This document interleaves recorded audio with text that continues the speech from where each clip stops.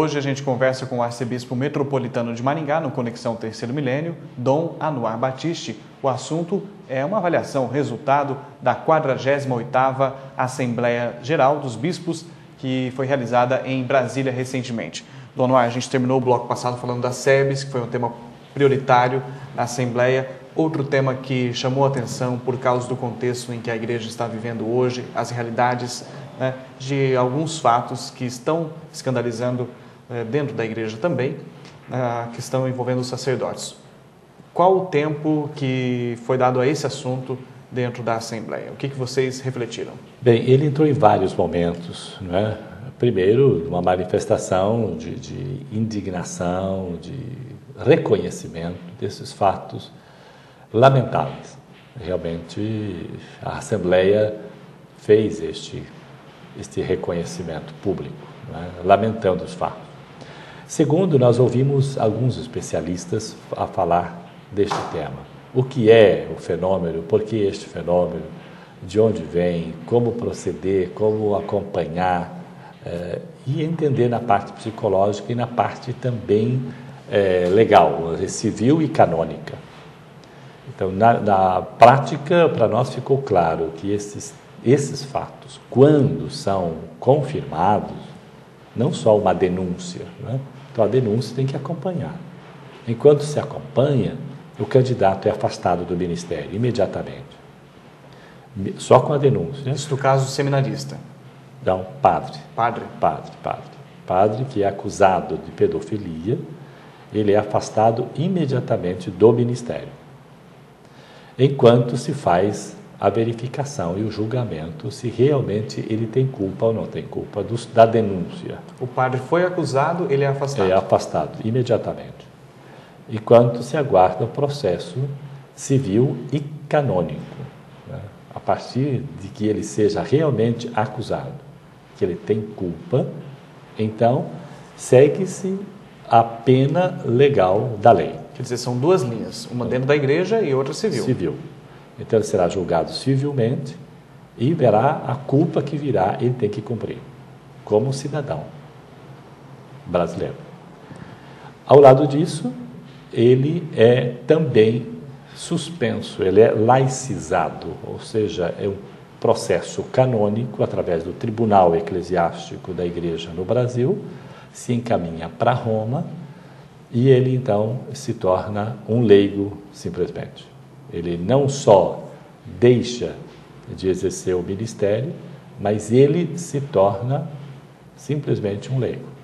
Não é mais sacerdote, ele fica com o caráter sacramental, é para sempre, é indelével, fica para sempre. O caráter do sacramento, mas ele é afastado, ele se torna uma pessoa leiga, ele pode casar, pode constituir família e vai fazer a vida normal como qualquer outro ser humano. Dom Anuar, no casamento, hoje a igreja tem ampliado também esse debate, né?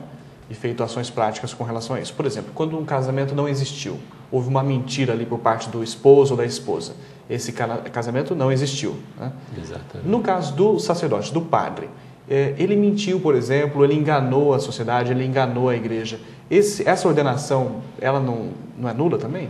Não é mais ou menos como o casamento? Exatamente é isso. Então, esse processo de laicização, porque ele não foi fiel à sua promessa, porque aqui a promessa do padre é com a igreja. E esta igreja é representada pelo Papa. Então, a obediência que ele prometeu ao bispo, ele está prometendo na ordenação obediência ao Papa. Por isso, ele tem que pedir ao Papa, né? Toda essa documentação, a palavra final vem do Papa. E diante desses fatos é imediato, não tem processo, porque já foi julgado civilmente, foi condenado, imediatamente também a Santa Sé vai laicizá-lo, ou seja, ele se torna um leigo, um cristão, como todos os cristãos, sem nenhuma responsabilidade e nenhum compromisso do ministério sacerdotal. A CNBB emitiu um documento sobre isso na Assembleia? Orientações. As orientações para como nós devemos agir na prática, não é? Isto como para um documento orientativo. E foi pedido para a própria Assembleia, pediu à presidência que preparasse uma espécie de vademecum, não é? Onde nós tivéssemos nas mãos todo o processo, como acompanhar o jovem desde a seleção, ao entrar no seminário, e aí então o processo seletivo mais rígido, critérios de seleção, aparecem algumas coisas nas diretrizes. E esse é o primeiro passo, saber escolher e saber reconhecer no candidato os sinais de vocação.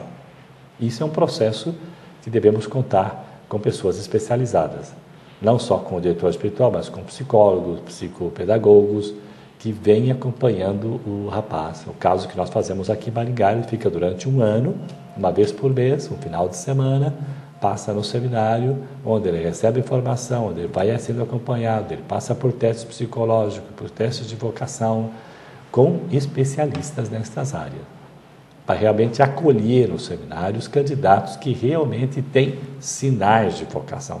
Porque a vocação é chamado de Deus.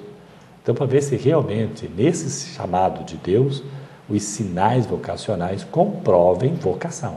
Ou é um interesse pessoal, ou é vocação da família, é vocação da mãe, né? Isso acontece no lar? Também acontece. De repente, um padre ficou padre por causa da mãe. A mãe morreu, ele abandonou o sacerdócio. Porque o objetivo era satisfazer a mãe, é fazer a mãe contente. Já aconteceu vários casos desse tipo, né?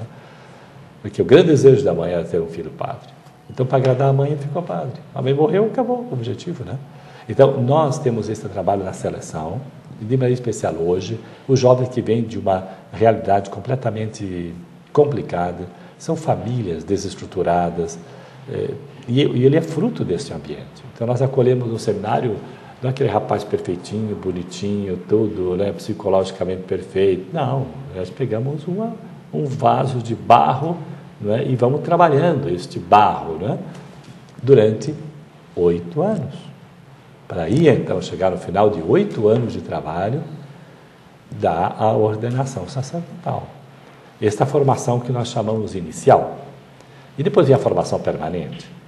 Ordenado padre, ele não está um homem perfeito, acabado. Aí que ele precisa continuar sendo acompanhado do seu diretor espiritual, através da oração, a missa diária, entende? E quando faltou oração, missa diária, acompanhamento espiritual, e o padre começa a viver sozinho, isolado, neste mundão que nós vivemos, de um liberalismo sexual, claro, só pode cair nesse tipo de coisa que nós aí estamos... é perigoso. Sem dúvida. E o demônio trabalha, né? O Satanás existe. E aí estão os exemplos, né? Mais uma vitória, cada padre que cai é mais uma vitória do demônio. O senhor é formador, né? O senhor trabalhou com esse tipo de coisa na CNBB, formação também dos padres.